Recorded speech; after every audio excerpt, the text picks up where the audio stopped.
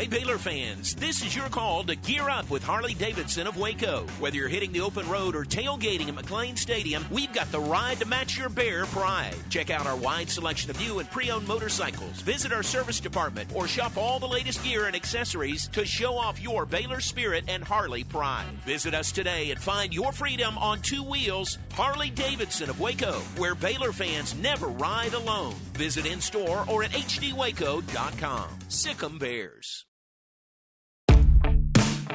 Welcome back to the Sic 'em Podcast, presented by Harley-Davidson of Waco. I'm your host, John Morris. On this week's episode, we're catching up with Baylor football's Keaton Thomas. The junior college star joined the Bears over the summer and has instantly become a staple in the center of the defense. Keaton has big goals for himself and his team this season and is looking forward to showing everyone what his side of the ball is capable of.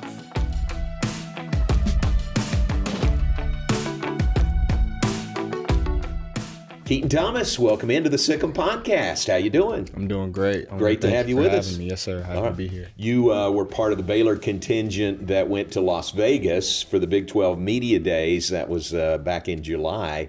How was Las Vegas for you? It was awesome. It was a blessing to be there. I mean, it was just pure joy, pure excitement. Got to talk to some of the guys on other teams, chop it up, some guys that I knew from previous teams.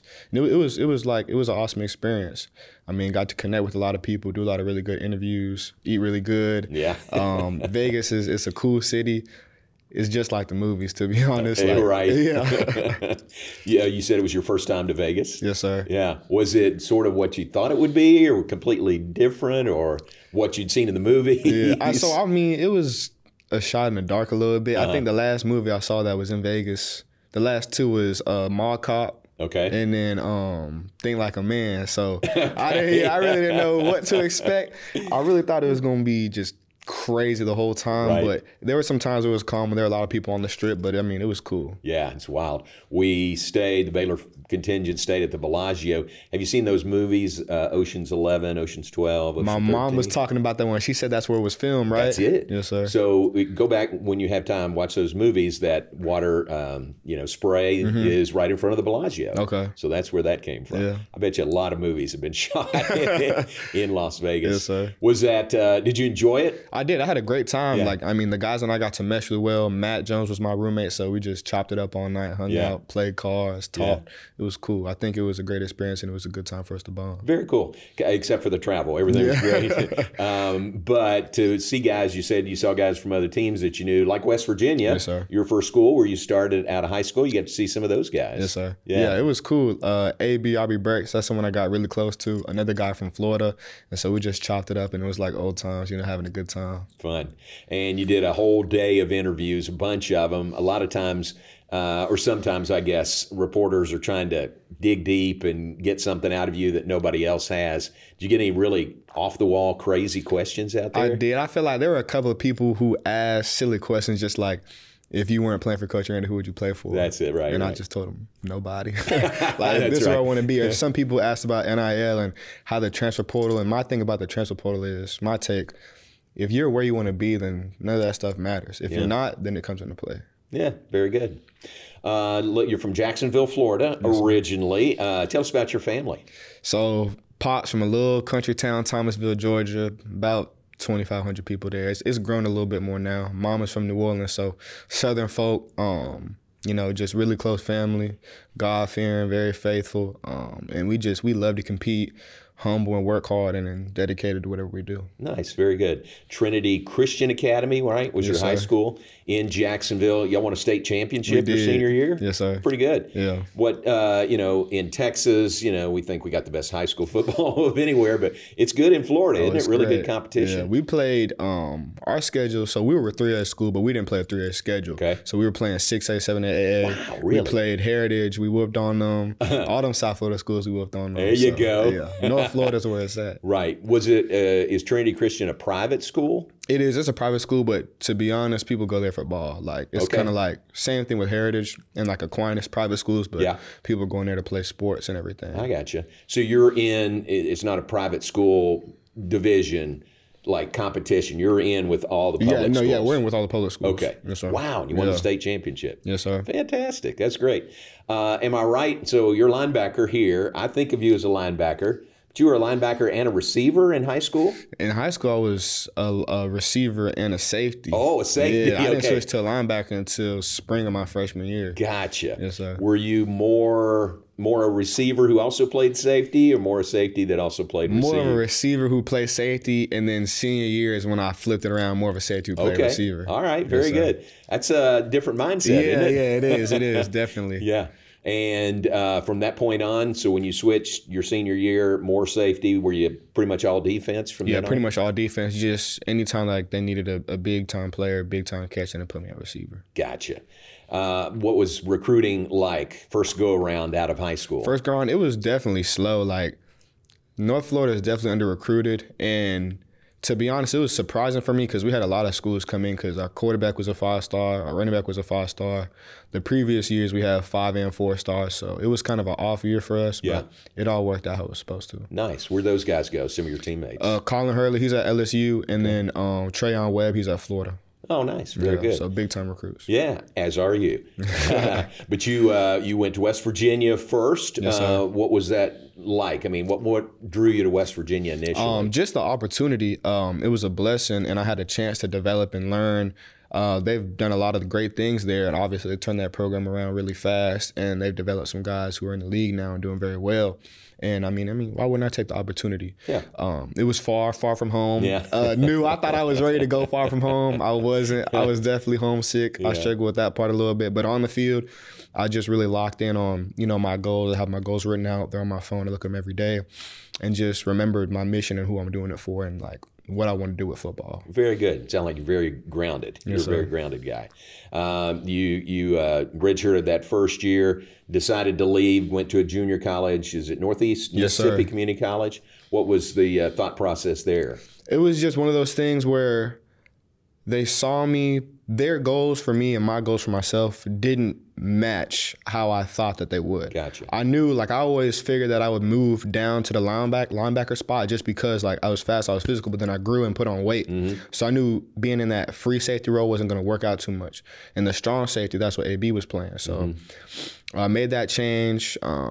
Made it pretty, to be honest, seamlessly. It was awkward at first, but I knew how to run and track the ball, and I want to hit somebody. So, that's the most important part at linebacker. But I knew that with that type of position, you need game reps. Yeah. And the only way to get that game rep is to either, I have to just sit it out and play special teams, or go JUCO and see if I'm really meant to be a linebacker. Yeah.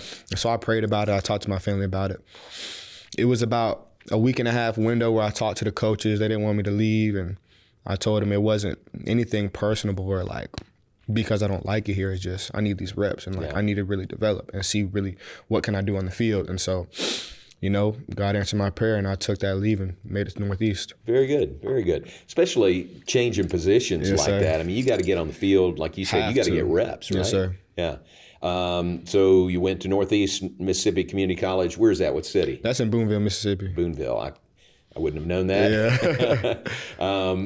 But did that work out good for you? It did. Did that give you what you needed? Yes, sir. It was great. I got a chance to go there.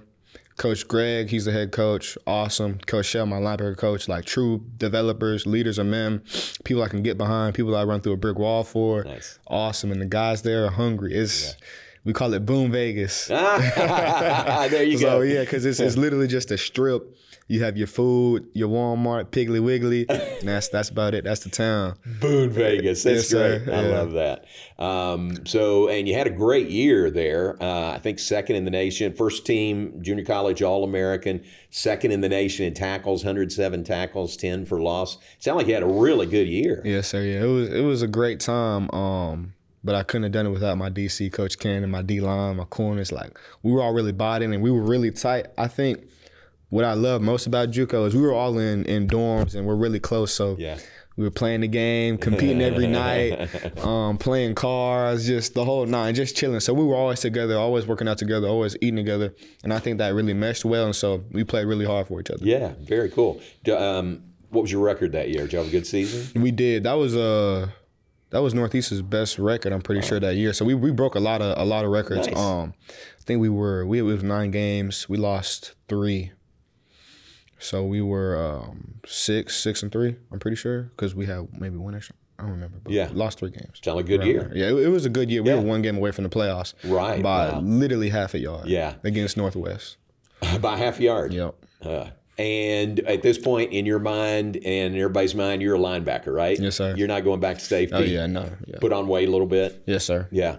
What was the recruiting process, the next stage of it? What was that like? So by game 2, we were playing, I can't even think of their name right now, but Pearl River. We played Pearl River JUCO. Yeah. I had like 16 tackles that game, and right after that game, it just blew up. Yeah. First offer was WKU, and then from there on, it was just kept rolling. Nice, good. When and how did Baylor get in the mix? So, and I remember Baylor because they were, I already knew, but it was Thanksgiving break, and it was a couple of days, maybe 3 or 4 days before the West Virginia game. And Coach Sherob, while he was still here, and Coach Aranda, I talked to him on the phone, and they offered me. And then I talked to him the next day after practice, and then we were just trying to set something up when I could get up there. And I mean, it was a great conversation. It was awesome. I've watched Baylor for a long time, outside of course, like the FSU and LSUs. Right. Yeah, and so I knew a lot about Coach Aranda and his prestige and what he's done with defenses and guys, and so I kind of already knew. Hey, Baylor fans, this is your call to gear up with Harley-Davidson of Waco. Whether you're hitting the open road or tailgating at McLean Stadium, we've got the ride to match your Bear pride. Check out our wide selection of new and pre-owned motorcycles, visit our service department, or shop all the latest gear and accessories to show off your Baylor spirit and Harley pride. Visit us today and find your freedom on 2 wheels. Harley-Davidson of Waco, where Baylor fans never ride alone. Visit in-store or at hdwaco.com. Sic 'em Bears. That's interesting. So Baylor was already on your radar a little bit. Yes, sir. And is that primarily because of Coach Aranda, maybe going back to his LSU days, and then you knew about him here? Well, even Wisconsin days, Utah State days, Hawaii, all of that. Yeah. Oh, you're going way I'm a little bit, Me and my pops are both some football geeks, so all right. We just knew scheme-wise what he was going to do. And when he said he was going to be, he's going to have more hands-on type of deal with the defense, like we kind of already knew, like he was going to do really good things. Nice, very good. Y'all did your homework. Yes, sir. Trying to decide where you were going to go. Yep. And so when you were contacted, who made first contact from Baylor? Aaron Appleby. Okay. Yes, sir. When you were first contacted, was that like, ooh, I like this, or ooh, this is the one I was waiting on? It was a bit of this is the one I was waiting on, and this is somebody that I'm highly interested in just because it's a great location. Texas is a great market, great football market. Yeah. Playing the Big 12 is super competitive, and I get to and the thing I like about the Big 12 is that it's not always just downhill runs more like the Big 10. You have to cover, you got to blitz. You have to show a lot of different skill sets if you want to go to the league. So that's why I like the Big 12. Got to do everything, especially at your position. Yes, sir. That's great. So you come in, and what's that like? I mean, you come in, you don't know anybody really. You got to meet all your teammates, your coaches. You got to get acclimated. What's that like? It was different. Coaching-wise, I felt good because the whole staff reached out to me, and I talked to everybody almost every day, so I was real comfortable with them. Player-wise, you know how it is. You have to manage emotions. Right. You can't come off too strong to certain people, and then you can't also be too quiet and seem like the term Hollywood, standoffish, like you're better than everybody. Right. And so it's kind of you have to find that medium. And then my goal was just to work and show everybody that I'm here for the team, I'm here for y'all, and then prove my worth. And then go from there. Well, now I can take that step to be a leader because you guys understand where I'm coming from. Nice, man. That's very well thought out. Yes, sir. That's pretty good. And I'm guessing you got a good personality. It's not hard to make friends, yes, right? Sir. To meet your teammates, to be around them, to win them over if you need to. You're probably pretty good at that. Yes, sir. Yeah. So the summer. Tell everybody what the summer is like. You guys. I mean, really. To me, the foundation of a good season is built in the summer when you guys are doing the work and nobody sees you doing what you're doing. Yes, sir. Yeah, so definitely. I mean, it's Texas, so it's hot as Hades out there. Everybody's burning up, dropping weight, sweating. But I think it was probably about week 3, we had to have a conversation and get people to understand it's not spring anymore. It's go time. And once we talked, and this was just strictly as a team. Coaches weren't around. We waited till everybody left, and we had probably about a 10-minute conversation about, what our goals are for ourselves as a team, and then who we're doing it for back at home. And I think that flipped the switch. And since then, it's been, we're fighting an uphill battle. We know that, but we're pushing that rock smooth up that hill. You know what I'm saying? Yeah. So, just everybody's hungry, tenacious. Everybody's really excited. We going really hard, and I'm just proud of the whole team for that. Good. So that meeting, that players-only meeting, kind of flipped the switch, and you guys going big time since then. Yes, sir. Wow. Was it? Tell us about your room, the linebacker room, and the guys that are in there. Yes, sir. So we got Matt Jones, JJ, Carmelo, Brooks, Trey, myself, Ra Dilworth, new guy. Was from Jay White, Jada Maronin. I'm trying to vision the rows. Right. That should be about everybody though. It's a good room. Yeah, good job. And then Matt Jones, of course, in there as well. So everybody's competitive. Everybody's working really hard. I think we push each other. Yeah. We hold ourselves to a very high standard. Obviously, as the head coach and the DC is in the room with us. Yeah. Coach Chaney pushes us very hard, and I think that. Our potential is limitless. I said this since spring. Our potential is limitless. Like the way that we're pushing, for sure. What have you seen, Coach Aranda? You mentioned it earlier. More of a hands-on working with the defense this year, which is different for him here. You've seen that, but you've got your position coach, and then there's Coach Pallage is the DC. How have you seen all that work together? So, head coach wise, freshman year. Usually you don't talk to your head coach that much, right? He's very busy. He's got to handle media, donors, the whole nine. Coach Aranda, he picks up the text in 10 minutes. Nice. I ask him, what are you seeing? What do you think I need to work on? What needs to be better? How does this look? Who should I be watching on tape? Within 10 minutes, he's answering my question. He'll call saying, how do you feel about this week? How are the guys looking? Or he's in there 24/7. Dude's a genius. Yeah. He's got plays written up on the board. He's got plays weeks ahead before the season even started. That's right. So he's very hands-on. He's always coaching. He's always pushing us. He's at every practice when he can be. Obviously, they're on break right now, so he's enjoying vacation, but he's very hands-on. Have you seen his Coach Aranda's notebook? One time. Could you read that? No. Writing? No. I don't know that anybody could besides him, right? Right? Yes, sir. It's almost like his own language there. It is. But he knows what it is, and it works for him. That's all that matters. Right. What do you pattern your game after anybody or anybody you've watched growing up that you really like? Watched growing up, my pops is a big Niners fan. So linebacker, before I even played linebacker, it was always NaVorro Bowman was on TV, Patrick Willis. He's not a big Ray Lewis guy. I'm not a big Ray Lewis guy. Okay. I respect his game, though, for sure. Now, though, there's a lot of guys I like. Kenneth Murray, Fred Warner. I don't want to slander his name. The boy from the Browns, number 6. Yeah. A lot of guys I like watching. Nice. But probably, just Fred. He's tenacious, vicious, That's downhill. That's the main one. Yeah. He's the best in the game right now. Did you, in Vegas, play the new college football game? I didn't. I watched them. I let them play. I'm not a big gamer, so I would have got tore up. Yeah. I got you. Did you find yourself in there? I did, yes, sir. Coach was saying that you guys look at your rating, you're ranking your rating on there. Was that where you thought it was, or what do you think? It was a 70. I'm not really too pressed about it because when people put my player in, he does damage. He puts work in. There you go. Yeah, but it'll get updated. It's just it's cool. It's a blessing to be in there. I'm not too pressed about the ratings. Gotcha. All right, final question we like to ask everybody on the Sic 'Em podcast is when your time at Baylor is done, and you got some time here, when your time at Baylor is done, how would you like for Baylor fans to remember Keaton Thomas? Just a kid who's quiet, worked hard, took care of business, humble. And if you talk to him, you probably learn, what your expectations of me is probably very different. I'm a big fish guy. I was fishing all weekend, catching a bunch of bass. Yeah. Very good. You found some good spots in Waco? Yes, sir. Great spots. Very good. Thanks for the visit. Have a great season. Thank you. Appreciate it. Thanks again for joining us on the Sic 'Em Podcast, presented by Harley-Davidson of Waco, a sport and story production. If you enjoyed this conversation with Keaton Thomas, head over to BaylorPlus.com or the official Baylor Athletics YouTube channel where you can watch the premium video version of this podcast. Be sure to subscribe to the show wherever you get your podcast, leave a review, and tell your friends about us. I'm your host, John Morris, and I hope you'll join us next week on another edition of the Sikkim Podcast.